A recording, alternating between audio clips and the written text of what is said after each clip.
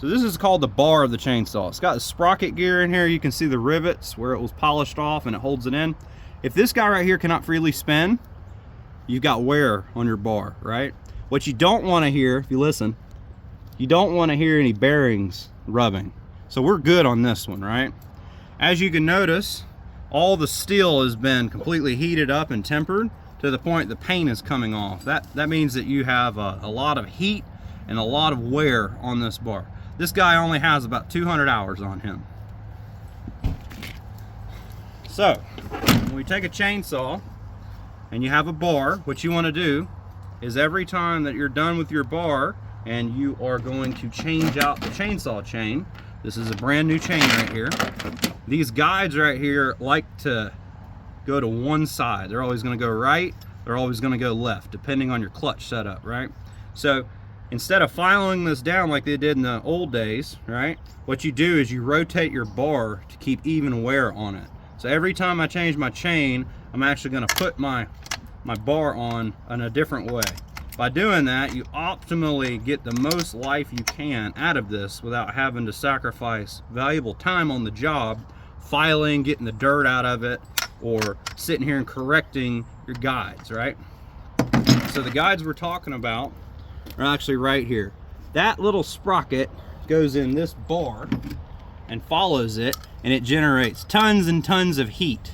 So as this guy mates with the surface, it pulls out dirt and gunk.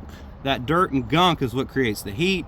That's what files this down, and after a while your bar will start smoking, or it'll start cutting to the severe right side and go like this when you're going through a piece of log, or to go left and go like that through a piece of log. This is an expensive piece. This is a $70 chainsaw bar, right? So if you don't want to have to replace these constantly, rotate your bars, my professional tip, every time you change your chain. So a chainsaw chain has a couple of parts. This right here is the raker.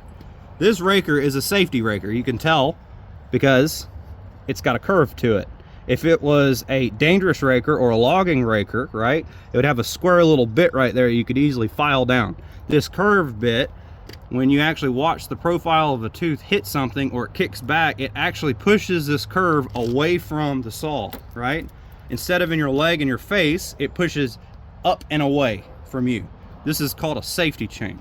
Now, the tooth on here that does the actual work goes around in a circle and pulls itself through the wood and shaves. This actually shaves the wood, and that's why you get lots and lots of thousands of pieces of shavings, right? Because you're shaving that wood.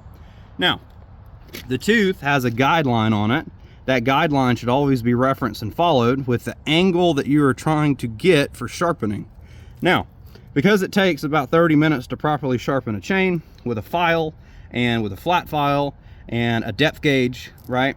It is almost always worth it to have someone professionally sharpen your chains rather than you spend all the time in the world on it. Because if you do the hourly rate of what it takes to sharpen a chain correctly, you could have just had 15 chains sharpened for $100, or you could spend 2 days full time of labor getting these guys somewhat right, or you just pay a company to get it perfectly right. So I like to take mine to Harry's Saw Shop. Lots of people sharpen their own blades with their own machines at home, angle grinder, etc. And the problem I find is when you sharpen these little vanadium chrome pieces right here, they almost always retemper the steel and it ruins the tooth on it. So if I show you a recently sharpened chain, look like this. This right here is what oftentimes they do. If you see that little black mark right there in the gullet of the tooth, right, that means they have taken the temper out of the steel. By taking the temper out of the steel like that, right, that has now ruined this chain to where it no longer has the durability and hardness and strength of flexing or the strength of actually being a good sharp chain. It'll be sharp for a while, but every time you go through and run a high power blade through there, take that tempering out, you're weakening the metal, you're exposing this to micro stress and cracks in the steel, and this is actually more dangerous because now you're stretching your chain because it's getting hotter, right? As this guy is getting older and older and getting sharpened more, and this thing can come apart and fly at you, which is where you have these little drive links right here that hold everything together.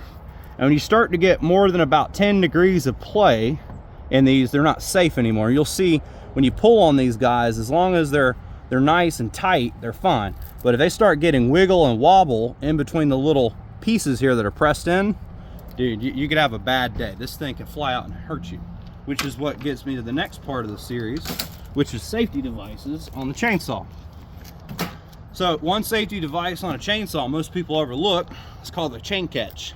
The chain catch right here is a curved piece of steel just under where this bar goes right here, and the chain flies around it. This chain guard protects you from hurting your leg when that chain gets thrown off that bar. If this right here gets thrown on your leg, it will lacerate your main artery and you'll be dead within 20 minutes if they don't get a tourniquet on you, or if you don't have chaps. So chaps are a fiberglass protective device you can wear around your legs, right? And that will stop the actual clutch assembly by wrapping up in it.